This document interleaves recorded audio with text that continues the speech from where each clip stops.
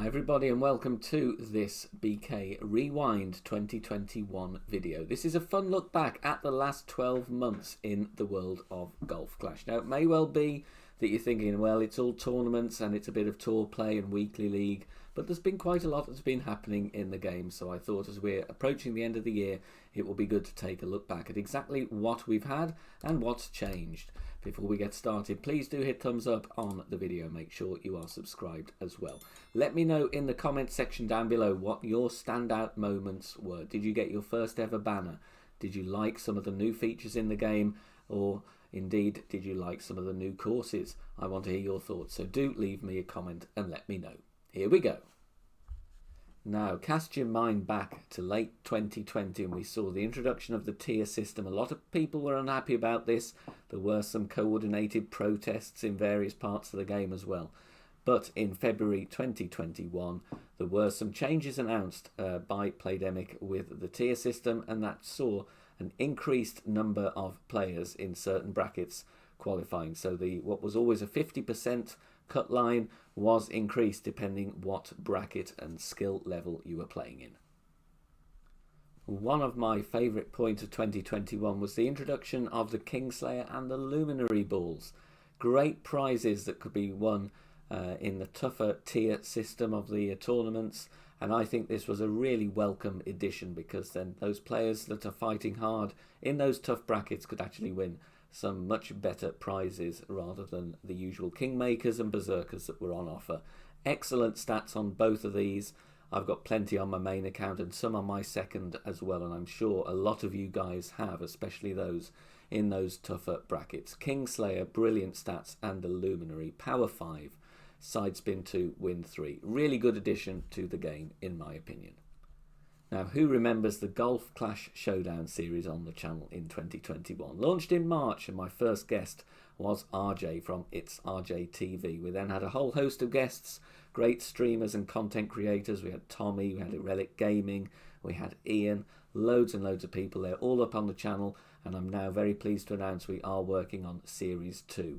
There will be some great guests joining me to play some friendlies and to talk about their experience in the game of Golf Clash. And I'll be asking them a few questions as well. So please do join us for Series 2 of the Golf Clash Showdown.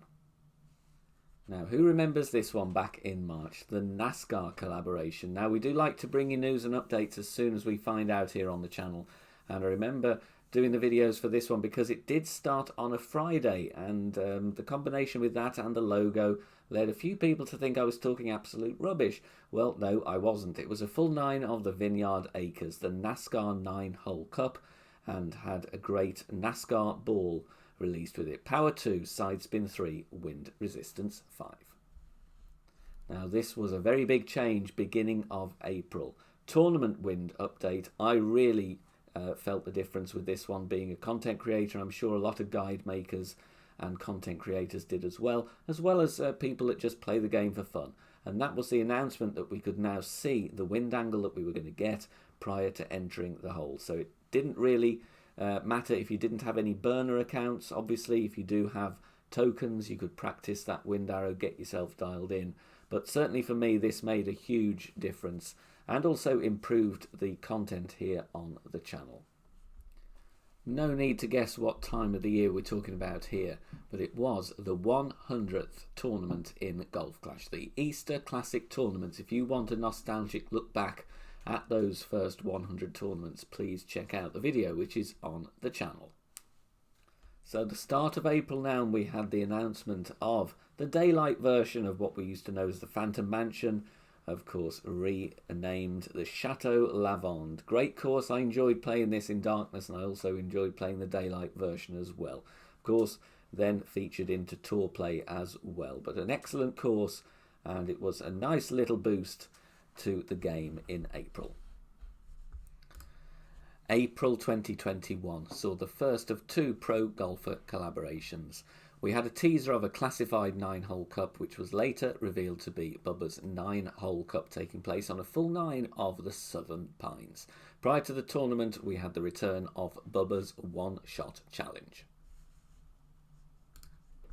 Now, who remembers the time of year when we had a Champions 140 in the game? Doesn't have quite the same ring as the Champions 100, but in May there was a little technical glitch where that every clan that was meant to relegate from the C100 actually maintained. So we then had 140 clans battling it out for the next season. If you were a lucky player, and I may have been one of them, you may well have received 25 Centurions because you thought that you were going to relegate, but no, you got them anyway. So very nice of Playdemic to sort that one out, but then again, doesn't happen very often. Champions 140. And in June we had another collaboration, this time with BRYSON DeChambeau, starting with the Power Play Challenge, where you could win some of the BRYSON balls. Power 5 Top Spin Boost 3, Side Spin 1, Wind Resistance 1. It was a pretty difficult challenge though. I had to play with BRYSON's driver to try and win some of those. Then we had, of course, the BRYSON DeChambeau 9-hole cup, played on a full 9 of the Juniper Point. Now, do you think there'll be some more pro golfer collaborations next year? Let me know in the comments section down below who you would like to see the game partnering up with in the future.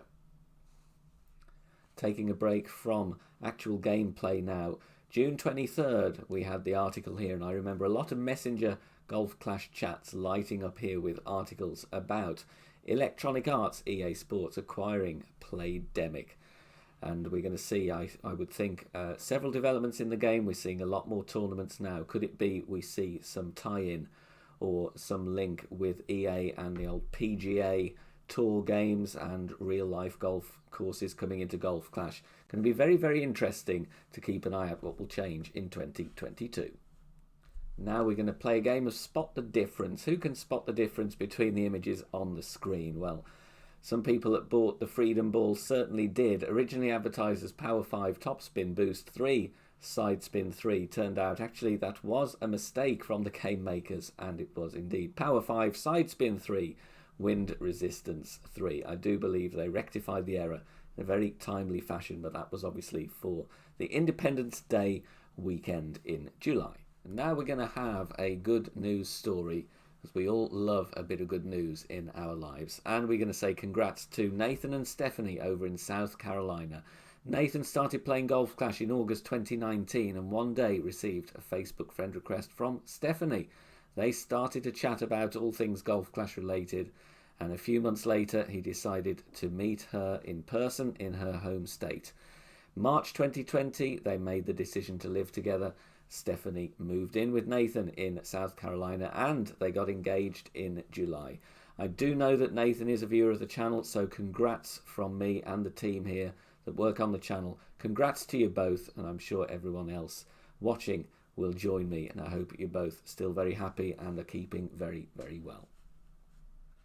Now, cast your mind back to those lazy, hazy days of summer.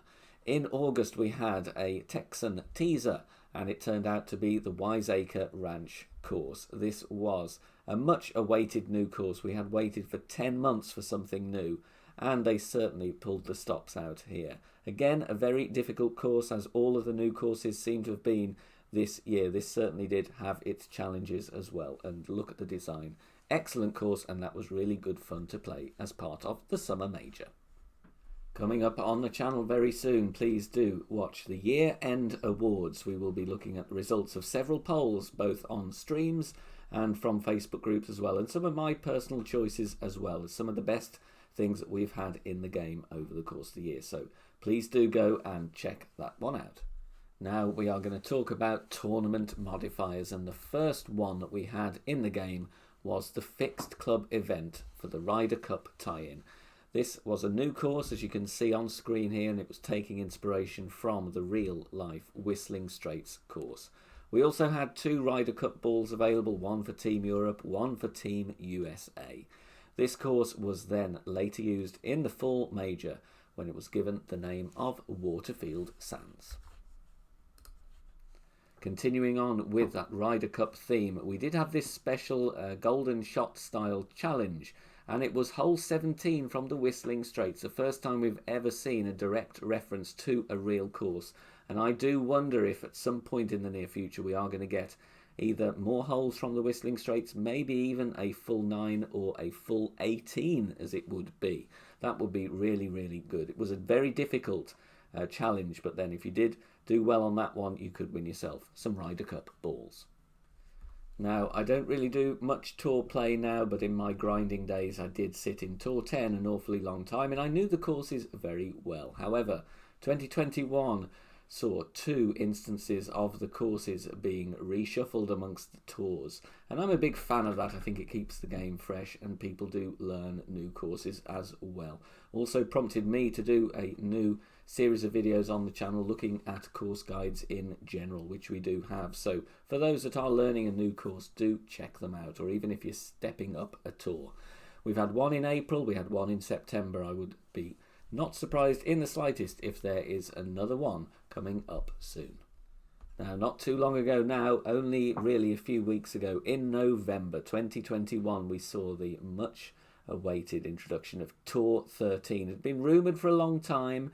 We didn't know whether it was going to happen, but it certainly did. And you can see there 5 courses, which was, I think, very, very welcome. And I do still think now that Tour 11 and 12 should have at least 4 courses in, definitely not 3. But anyway, I thought this was a really, really good addition to the game. Obviously, not everybody's going to be up there yet, but keep advancing through the tours, and I'm sure you will at some point keep improving and unlock the wonderful Diamond Series Tour 13. Now, I remember live streaming when this one broke in December, the announcement of the precision attribute, and there was rumours about this a couple of weeks before, but then we had the video that you can see playing behind me, the new precision stat balls. This again really divided my viewers at the time, and I'm sure we're going to see some more of these soon, and maybe even some new ball stats as well. Who knows?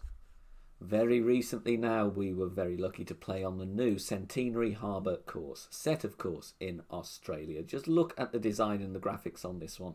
Not only are the visuals great, it was also a very difficult and technical course to play. There you can see that very tricky par 3 adjusting into the water off the bricks. Then we had some very long par 5s with some small fairways to aim at as well.